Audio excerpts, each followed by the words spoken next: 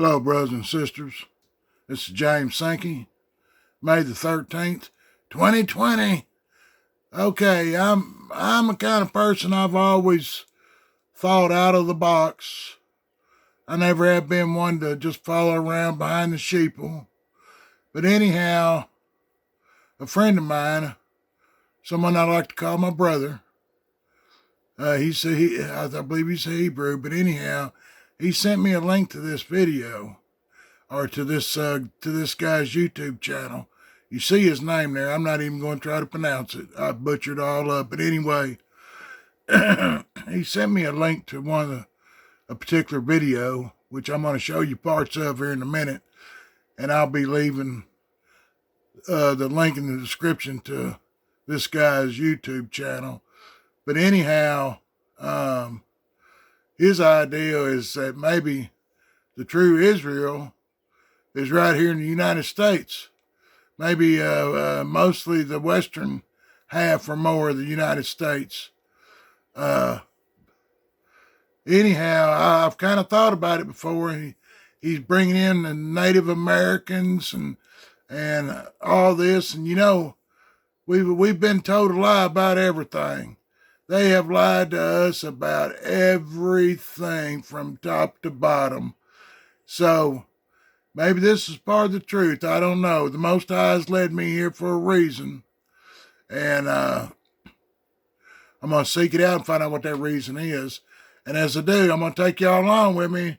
And y'all can tell me what you think. The stuff sure sounds convincing to me. But anyhow, let me get on with this before I get this thing way too long. And I'll be having to pause this from time to time. So bear with me. Okay, family, let's get down in this rabbit hole. Amaru, just like the Inca emperors. Alright, you think his mom didn't know where they were from? The original Incas, Mayas, Hopi, Algonquin. Alright, we're going to show you who they were. The Anasazi, the Aztecs, copper colored. Alright, tune in.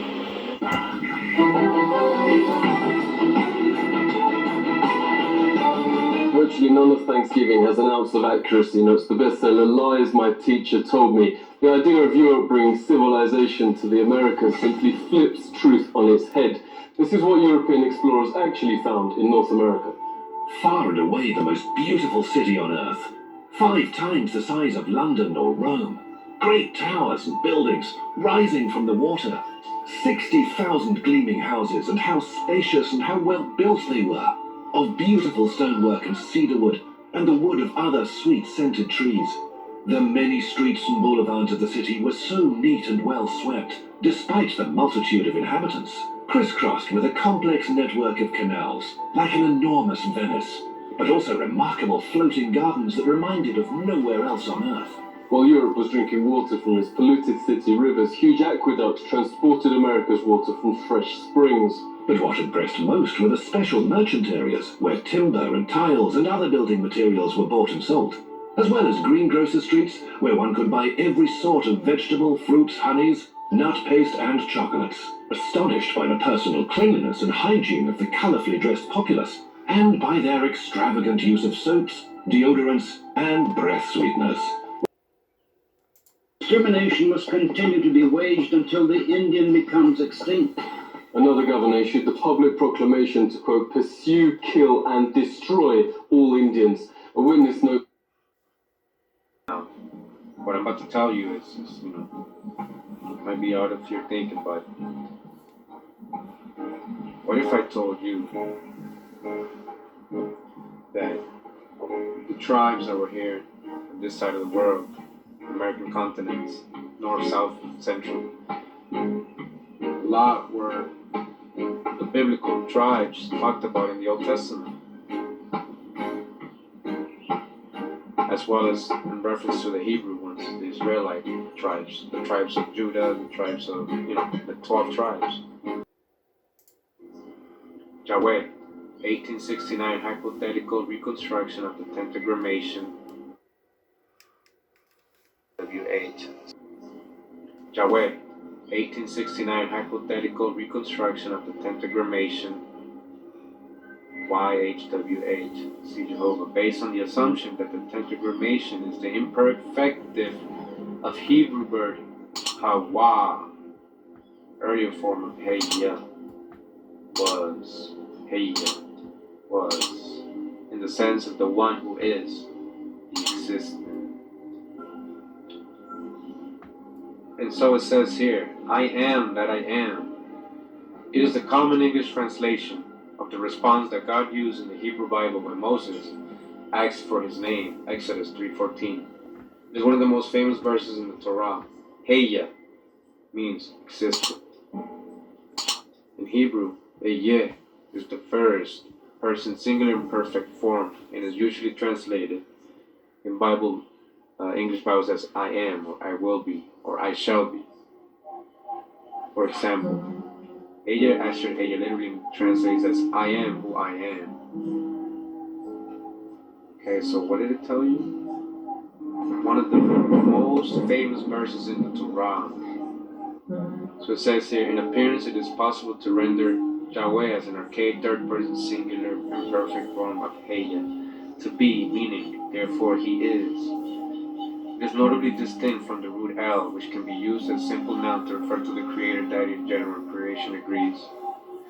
Where God is represented as speaking and hence as used in the first person, Aya, I am. Other scholars regard the transcendental root of Hawa as more likely origin of the name Yahweh, Hawa, and Heya.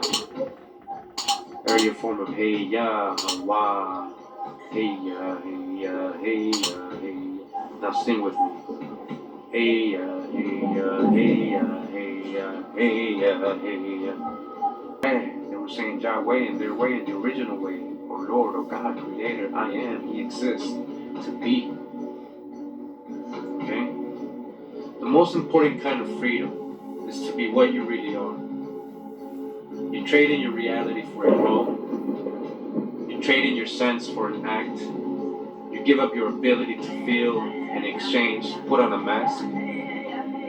There can't be any large-scale revolution until there's a personal revolution on an individual level. It's got to happen inside first. Hey, hey,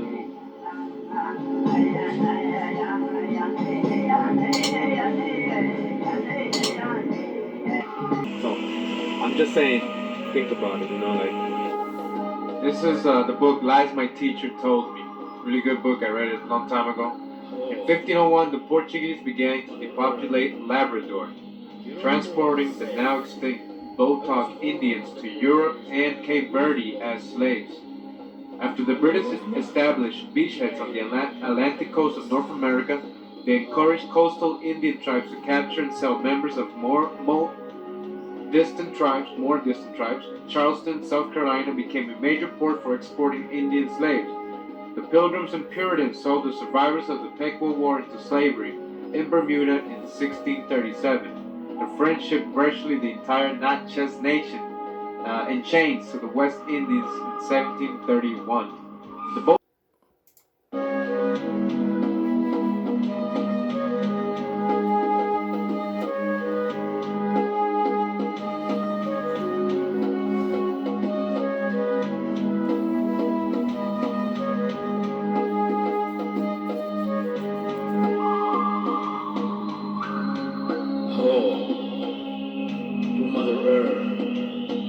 Geronimo once said, I was born on the prairies where the wind blows free, and there was nothing to break the light of the sun. Oh.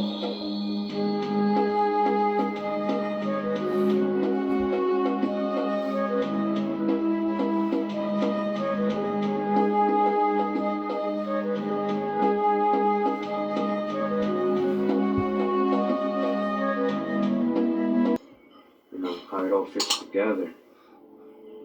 Okay, so in the Larkin Museum in Lima, Peru, lightning. You heard the lightning? Because we're breaking the spell, baby. The energy in the air is like, wow. I'm gonna continue, but I hope you didn't get scared.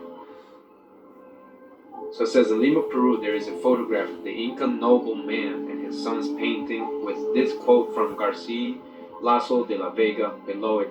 So what are we seeing here? Black noble people, Incas. Hey, what is this? Depicting the Inca emperors, this panel from the Larco Museum in Lima, Peru. Shows the last 7 Inca emperors.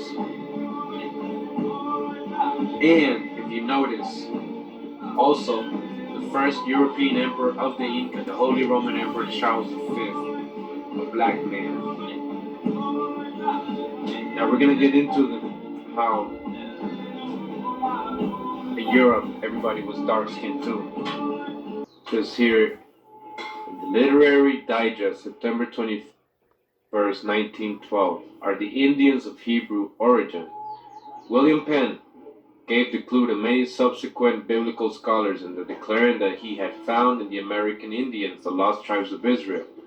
The superficial resemblance between the two peoples was so striking that he was led to say, "When I look at their children, I imagine myself in the Jewish quarter of London." The Reverend J. Wesley Anas says in Zion's Herald in Boston that as late as 1889, a well-informed representative of the Moshkoki, Moshkoki